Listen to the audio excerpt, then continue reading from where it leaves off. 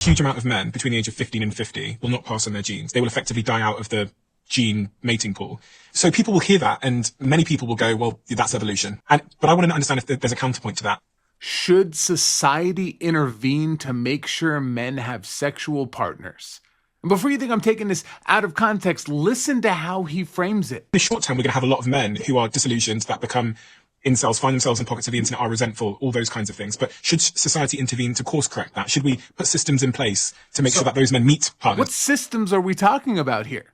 What does intervention look like when we're talking about ensuring men get partners? Because women are autonomous human beings with their own agency, their own choices, their own lives. So when you ask, should society intervene to make sure men have partners? What you're really asking is, should we override women's choice? I don't think it's that deep. I genuinely don't think that he went with the harmful thinking or the harmful perspective of putting men's choices above women's choices in order to intervene and help them out find partners. I think there might be healthy ways in doing that where none of the sexes or genders feel in any kind of way betrayed.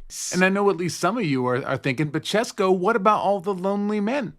What about the mental health crisis? What about the radicalization pipeline? And yes, those are real issues. Men's mental health does matter. Male loneliness is a serious problem.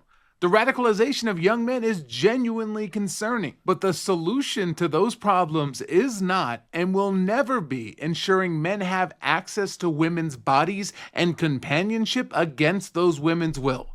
I mean, 100% agree with that, but I don't know where he went with the idea that that is exactly what they were saying. The steps necessary to ensure that men are less lonely does not have to be overriding any of women's will and choices. The solution is not creating systems to pair off men with women who don't want them. Why are we talking about women who do not want men? We are talking about the lonely men epidemic and also the kind of rising lonely women epidemic. And in order for us to not end up on a point where we do have both lonely epidemics existing at the same time, we are trying to figure out and help one gender, by doing so helping the other gender before the crisis becomes bigger. Should systems to pair off men with women who don't want them? You know what we should intervene with? The systems that told men that their only value is as a provider.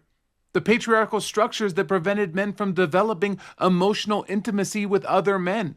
The toxic masculinity that taught men that vulnerability is weakness and that their only outlet for connection is through sexual relationships with women. We should interfere with the manosphere content that's radicalizing young men by telling them that they're victims, that women owe them something, that the problem is women's standards and not their complete failure to offer anything worth partnering with. Because that's... Okay, now we went a bit harsher. You started really well, but then you kind of shifted your attitude by the end. The problem is that women think that they are entitled, that the man needs to be the provider and the man needs to do everything, but also the man needs to have this masculine side, never show emotions, never show weakness, because that is not manly, that's not masculine, which is a problem. First of all, a woman needs to provide more and give more and bring more to the table than just herself. We need to make women accountable, and they need to understand that they need to bring something more. A man cannot do it all. A man should not do it all. And of course, if a man is willing to do it all, it is very difficult and it is emotionally taxing as well. So if he does show emotions along the way, that is not a weakness. And we should be able to talk about that without any problems. That's what's really about their complete failure to offer anything worth partnering with. Because that's what's really being said here, isn't it? When you ask if society should intervene, what you're really saying is women are making the wrong choices and we need to correct them.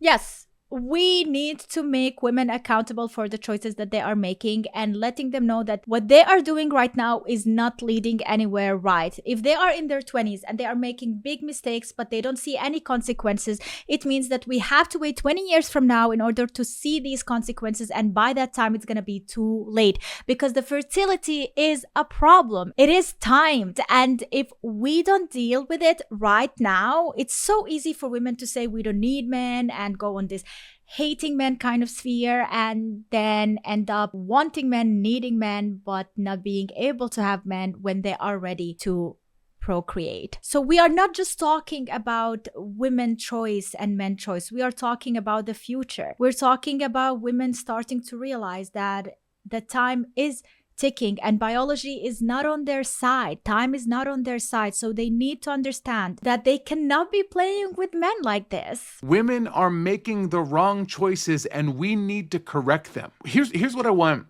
the men watching this to understand. We're living through a massive societal shift. For generations, for centuries, the deal was simple. Men provided financially, women provided everything else.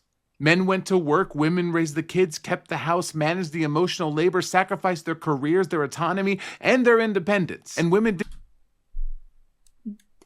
This is like the most feminist man I have ever seen. This modern feminism and the idea is such a lie. Feminism started with actually a really strong message and bringing independence and freedom to women. But what it shifted to today and what it is today is completely harmful. It is not bringing more happiness to women. It is not making women feel more independent, willing to be more independent.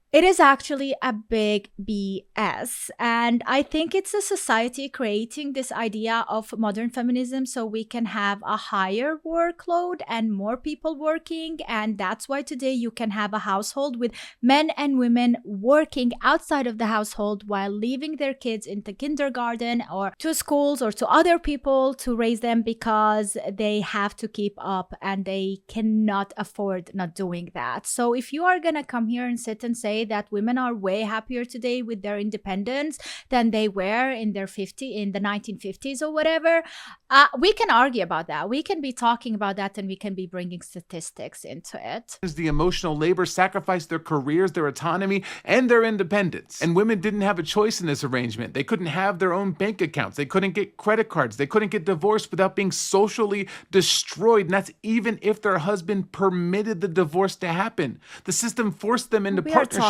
with men, regardless of whether those men actually made their lives better. That world is gone. And for good reason. That's not a bad thing. Now we live in a world where most households require two incomes. Where most women can and do support themselves financially. Where the old bargain of, you actually did forget the part where they have to. It's a necessity. And if they do have the choice not to, they cannot because society is not built like that. Something shifted and something is completely wrong. And by the way, if a woman does choose and decides to become a housewife and not work, other women are shaming her for that. So yeah, it did shift. It did change. But did it change to the better? Is it better? Are women more happy? Let's talk about that. Do support themselves financially. Where the old bargain of, I'll provide money, you provide everything else, doesn't work anymore because women are also providing money. So now men are being asked to bring more to the table than just a paycheck. You're being asked to be an actual partner, to do your share of the household labor, to be emotionally available, to be a good father who does more than just play with the kids when it's convenient. To make your partner's life better, not just financially secure. The solution to male... Any normal human being, whether a man or a woman, in a balanced relationship, in a companionship, they know that they need to bring 50-50. It doesn't always look 50-50. Sometimes it looks 70-30. Sometimes it looks 60-40. But at the end of the day, they are equal and they are working together on a better future for themselves and their children. So if you are talking about a person being selfish in a relationship and not doing anything and thinking that the only thing they need to do is be financially available there, then yeah, maybe that's an individual case of a person being an a-hole.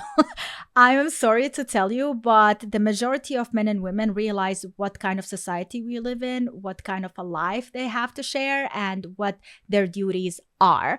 It kind of looks different for everyone, but at the end of the day, it does have similarities. And your partner's life better, not just financially secure. The solution to male loneliness and lack of partnership isn't to turn back the clock. It's not to create systems that pressure or force women into relationships.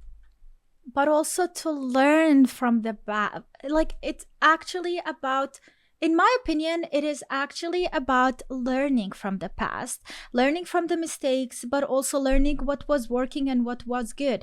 Why are we shaming everything that happened in the past? Do you really believe that 0 women were happy or satisfied in their life back then, raising their kids? Like, can we talk about that, and can we say and admit that there were good points and good things that we can learn from and maybe even implement or modernize in today's society and use it as well without shaming it and think that everything in the past was wrong? Clock. It's not to create systems that pressure or force women into relationship. It's not to lower the bar so far that women should be grateful for men who offer them nothing but resentment. The solution is for men to actually become better partners. Talking about that. To develop emotional intelligence, to build strong friendships with other men so that women aren't your only source of intimacy.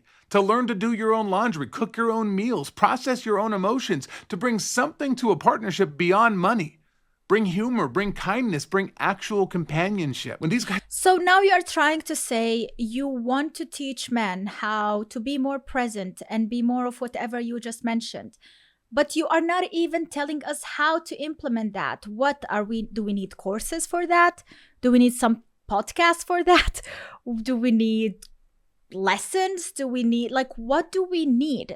Now we are back to the start where the person was mentioning we need stuff to implement things in order to figure out what is wrong with the dating sphere and help men and women equally. You're contradicting yourself. Do you want to help men, or do you want to just spread hate? Let's talk about men dying out of the gene pool. What they're really mourning is the death of male mediocrity being enough. They're mourning a world where women had to settle. Well, women don't have to settle anymore. Instead of asking, how do we make them settle again? Maybe we should be asking, how do we become men worth choosing? Because here's the truth they don't want to hear. There are plenty of men in relationships right now. Plenty of men getting married, having kids, building lives with partners. And you know what most of those men have in common? They offer their partners something beyond a paycheck and resentment. And this is about entitlement. This is about men who are promised that being male would be enough, and they're angry that it's not. The world changed. You can change with it, or you can sit around comparing your dating struggles to genocide and wondering why women keep choosing to be left alone rather than be with you. I know which option builds a better world. I know which option builds better men. So interesting that you have channels that go and spread hate towards women. You have channels where go and spread hate towards men. You have channels where they are trying to balance and figure out what truly is happening and going on. And I am not calling any races, for example. I believe that I am a channel where I am going out there and saying what I think is fair and what fairness looks like. I react to so many clips of women going out there and shaming men and pretending that their existence and them bringing themselves to the table is enough, thinking that them being independent, having a career, having that degree is actually so meaningful to men, when not realizing that men do not care about that. They don't care about your career. They don't care about the money you are making. They don't care about your independence, and not in a bad way. They don't resent it. They don't hate it. It's just that they look for something more deep and meaningful.